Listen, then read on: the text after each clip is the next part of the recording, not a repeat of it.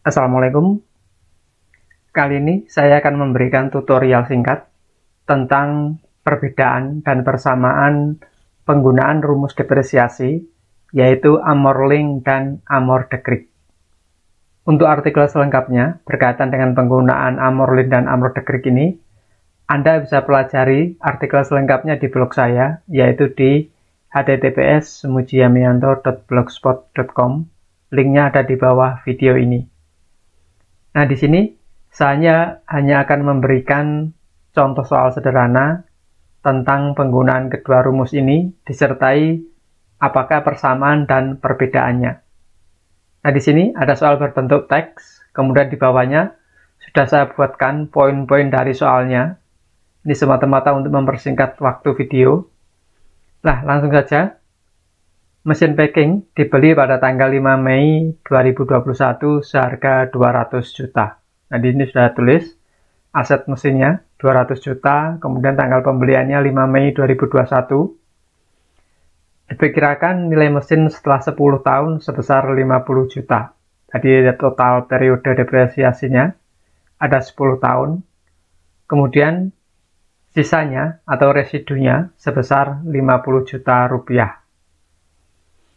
Periode akuntansi berakhir pada tanggal 31 Desember 2021 dan persentase sebesar 5% per tahun. Nah, di sini kita akan mencari nilai depresiasi pada periode ke-10 dengan menggunakan rumus amorling dan amordekreg. Nah, bagaimanakah caranya? Langsung saja kita masukkan rumusnya. Sama dengan amorling kurung buka. Nah, di sini muncul rumus amorling. Cost ini merupakan nilai awal aset. Nilai asetnya sebesar 200 juta rupiah. Titik 2, date purchase ini merupakan tanggal pembeliannya. Tanggal pembelian yaitu pada tanggal 5 Mei 2021. Titik 2, first periode ini adalah periode akuntansi yang pertama. Di sini akhir periode akuntansinya tanggal 31 Desember 2021. Kita klik. Titik 2, salvage ini merupakan residu atau nilai akhir aset setelah penyusutan. Nilainya adalah 50 juta rupiah. Titik 2, periodenya yang kita cari di sini adalah periode ke-10. Kita masukkan nilainya 10.2. Rate ini merupakan suku bunganya sebesar 5%. Titik 2, basis. Nah, di sini basis sifatnya opsional karena berada di dalam kurung. Karena di sini basisnya tidak diketahui, maka kita abaikan saja. Kurung tutup, tekan enter. Nah, kita lihat nilai depresiasi pada periode 10 dengan menggunakan rumus amorling sebesar 10 juta rupiah. Nah, bagaimanakah dengan nilai depresiasi ke-10 dengan menggunakan rumus amordekreg? Sama dengan amordekreg, kurung buka. Nah, di sini rumusnya sama dengan rumus amorling. Kita tinggal klik saja, cost-nya 200 juta rupiah, titik 2. Date purchase-nya tanggal 5 Mei 2021. First periodenya, periode akuntansi yang pertama, tinggal 31 Desember 2021. Titik 2, residunya plus salvage-nya 50 juta. Periodenya, periode ke-10. Kita klik di sini. Atau Anda bisa juga menuliskan dengan nilai 10. Titik 2, rate-nya 5%. Kemudian kurung tutup, tekan enter. Nah, penyusutan pada periode ke-10 sebesar 6.900.514 rupiah. Nah, di sini tentu saja akan sangat mudah kalau kita hanya memasukkan poin-poin soalnya ke dalam rumusnya.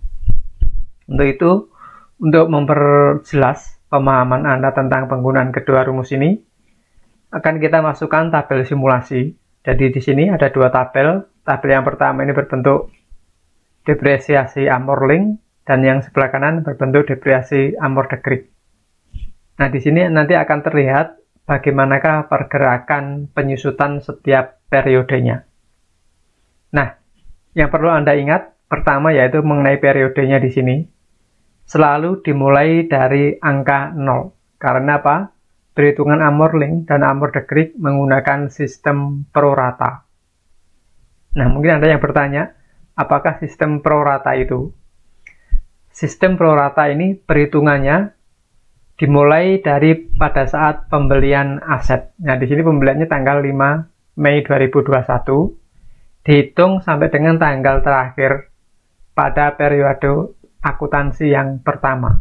Nah, periode akuntansi yang pertama yaitu tanggal 31 Desember 2021. Jadi, perhitungan 0 ini, periode 0 ini dimulai dari 5 Mei sampai dengan 31 Desember.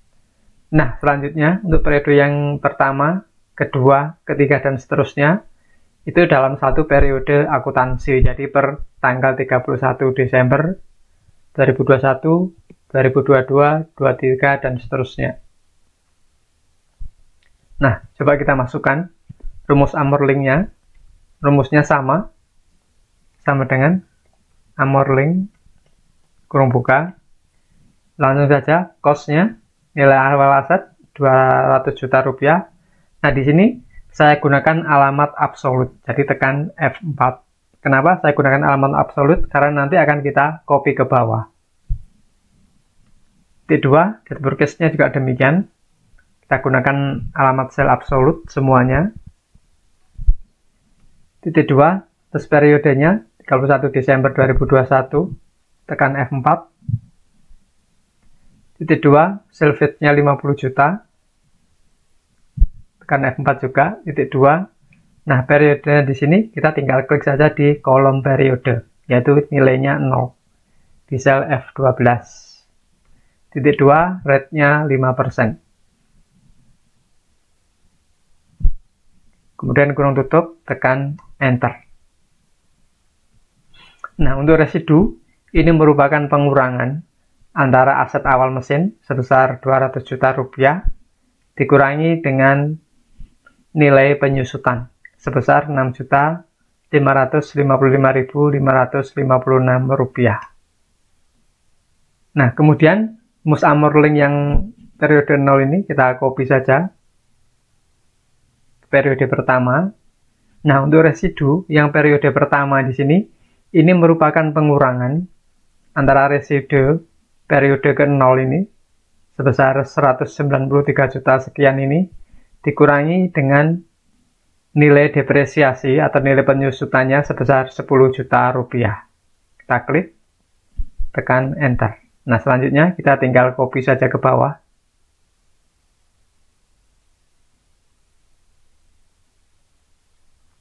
Sampai dengan periode ke-16. Kemudian kita jumlahkan di sini.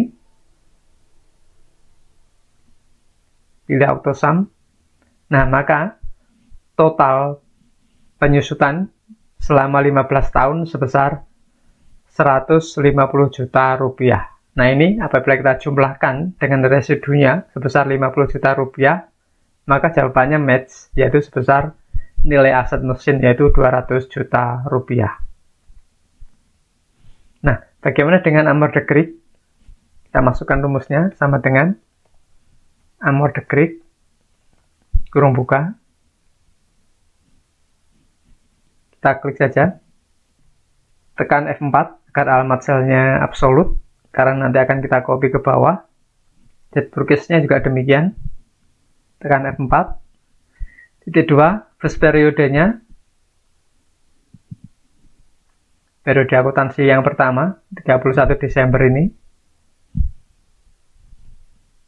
tekan F4 agar alamat selnya absolut, sell-nya 50 juta rupiah. Kemudian periodenya, kita klik di sini, periode ke-0 di kolom periode.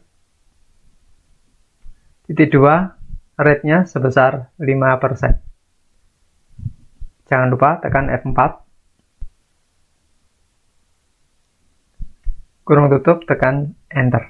Nah, di sini pada rumus Amor-de-Grieck yang ke-0 nilainya jauh lebih besar, yaitu sebesar 16 juta 388.889. Ini jauh lebih besar bila dibandingkan dengan yang penggunaan rumus Amorlink. Nah, itu residunya kita tinggal kurangi saja 200 juta ini dikurangi dengan 16 juta sekian ini. Kemudian kita copy. Nah, untuk residu yang periode pertama, ini merupakan pengurangan. Residu yang ke-0 dikurangi dengan nilai amortagrid yang pertama, periode pertama.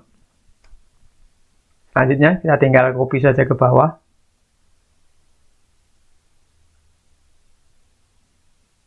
Nah, kemudian kita jumlahkan. Apakah match hasilnya? Totalnya sebesar Rp151.696.400. Dan kali ini kita jumlahkan dengan nilai residunya sebesar 48 juta sekian ini, maka hasilnya akan match sebesar 200 juta rupiah. Jadi sebesar nilai asetnya. Dari sini kita bisa tahu perbedaan dan persamaan dari kedua rumus ini. Untuk yang pertama, persamaannya, rumus Amorlink dan Amortagrid ini memiliki rumus yang sama di MS Excel. Kemudian yang kedua, periodenya selalu dimulai dari periode ke-0, karena kedua rumus ini menggunakan sistem prorata. Dan yang terakhir, yang ketiga, jika dijumlahkan antara total depresiasi dengan residunya akan sama dengan nilai awal aset. Nah, selanjutnya bagaimana dengan perbedaan kedua rumus ini? Perbedaannya adalah pada rumus Amorlink, nilai penyusutan tiap periode, dari periode pertama, kedua, dan seterusnya nilainya sama. Kecuali untuk yang periode terakhir. Demikian juga, kalau Amortagrid, nilai penyusutan setiap periode itu semakin lama semakin mengecil. Dari periode pertama, kedua, dan seterusnya. Nilainya semakin lama semakin mengecil. Kemudian, secara umum, penyusutan Amortagrid ini jangka waktu periodenya lebih cepat bila dibandingkan dengan penggunaan rumus Amorlink. Oh ya, untuk yang terakhir kita lihat di sini. Depresiasi pada periode ke-10, di sini Amorlink sebesar 10 juta, kita lihat di sini Amorlink sebesar 10 juta rupiah juga sama.